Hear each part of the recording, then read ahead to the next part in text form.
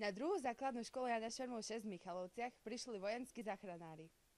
Cieľom ich návštevy bola prezentácia vojenského záchranárskeho vybavenia. 5 príslušníci z 22. mechanizovaného práporu ukázali žiakom našej školy nielen vojenské vybavenie, ale aj mnoho zbraní, ktoré sa využívajú v teréne. Taktiež im ukázali, ako sa poskytuje prvá pomoc ranenému na boisku.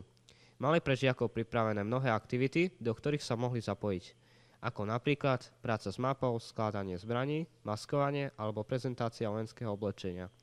Na ďalšie otázky sa pýtala naša redaktorka Anabela Čičáková. Čo vás viedlo k tomu, aby ste sa stal vojakom?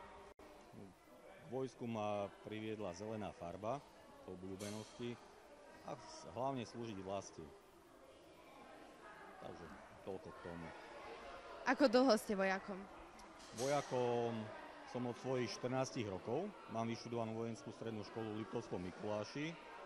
Takže od 18 rokov, keď človek ráta 23 rokov činnej služby. Ako máte hodnosť? Som veliaci podôstojník u 22. mechanizovaného práporu Michalovce s hodnosťou rodmajster.